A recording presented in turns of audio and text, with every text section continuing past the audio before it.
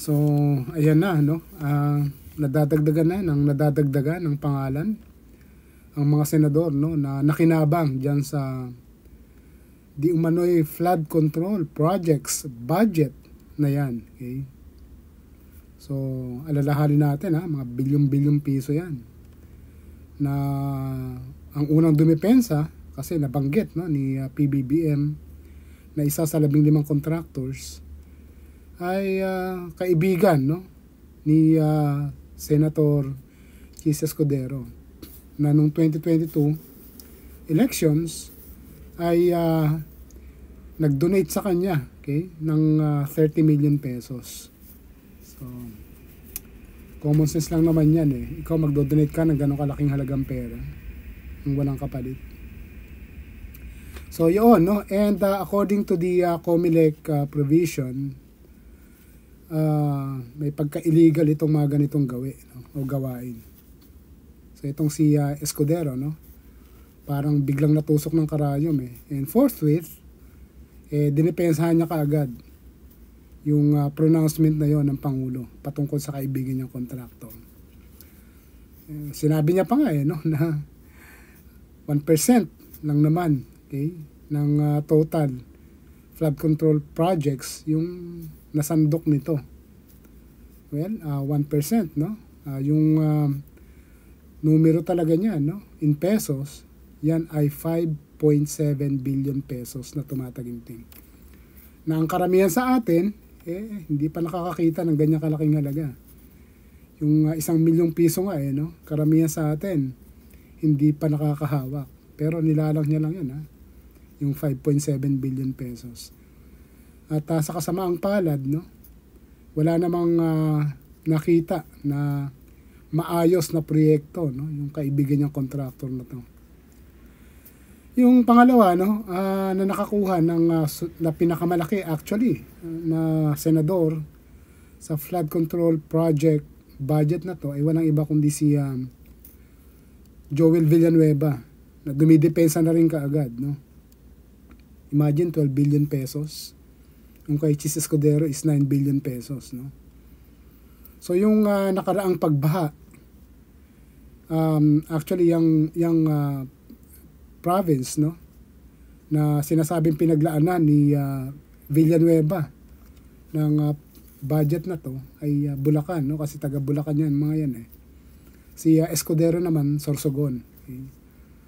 So hindi naman maikakaila, no, na yung recent floodings due to typhoons, no, isa yung Bulacan sa talagang nasapon ng todo. Okay? Ang daming mga pamilya dyan, no, na nilubog talaga ng baha yung kabuhayan nila. Okay? Talagang trahedya talaga. Pero tingnan mo etong si Villanueva na merong ganong kalaking budget para dyan, hindi maipaliwanag, no, kung saan na napunta yung mga budget na yon. At sinasabi, no, na yung contractor na napaglaanan, no, ng bahagi ng flood control projects na yan na nakuha niya, nag-donate din sa kanya, no, ng 20 million pesos, okay, nung nakaraang 2022 elections. So again, no, yung tanong natin, ikaw ba naman, okay, bilang ordinaryong Pilipino, hindi naman ordinaryo actually mga contractors no, magdo-donate ka basta-basta sa isang politiko ng ganong kalaking halaga? Ba, hindi maliit na halaga yan, Million pesos yan. Nakaramihan sa atin, ang sabi ko nga, hindi pa nakakakita ng ganyang kalaking halaga sa aktual, no? So, yung pangatlo na hindi rin nagpapatalo, na may mga previous, no, cases against him actually, and he was exposed by none other than Senator Trillanes, especially on the issue of frigate, no, scandal. Walang iba kundi si Bongo. He was able to bag 3 billion pesos, no. Tingnan mo naman yung mga taong ito, no. Sobrang ganid sa pera sa kaban ng bayan. Sobrang yayaman na nila pero parang bottomless no, yung katakawan nila sa salapi. Okay. Pero anyway, sana sa mga exposition na ganito, magkaroon ito ng progress, no? Hopefully, an agency that will be tapped, no, by the government will be able to gather evidence, okay, to implicate them, okay, sa kaso ng plunder. Kasi ang lalaking pera nito So, para nang sa ganon, masampulan naman yung mga tao na yan na namamayagpag, no, pagdating sa pagkubra sa kaban ng bayan. So, kaya hindi natin maikakaila, no, hindi natin maitatanggi na ganito, no, nagiging lugmok ang bansa natin dahil sa kanila. Nagiging mas lalong mahirap sa ating mga mamamayang Pilipino. Kasi ilan lamang, no, yung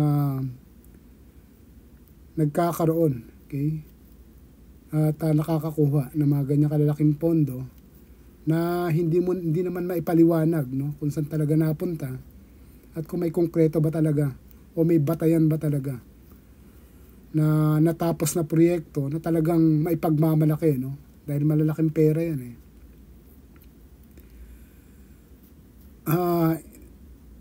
cycle of corruption talaga. Sabi nga nila, no, hindi naman talaga mahirap ang Pilipinas. We have so many resources, okay? Pero kita nyo naman, no, ganito yung nangyayari sa bansa natin. All because of these officials, no, na hopefully, okay, mabigyan ng leksyon at maipakita sa atin na talagang kumikilos ang gobyerno against corruption. Okay? Sana lang magkaroon ng halimbawa na may pakulong, no, ang ilan sa kanila at katulad nung nangyari, no, nung panahon ni Aquino. Okay? At least he was able, no, to pin down. Kaya lang nung yung mga corrupt officials, particularly ilang mga senador. But unfortunately, nung panahon ni Digong, pinalaya, inabsuelto ng mga ito. So yun, nakakalungkot. So, yun.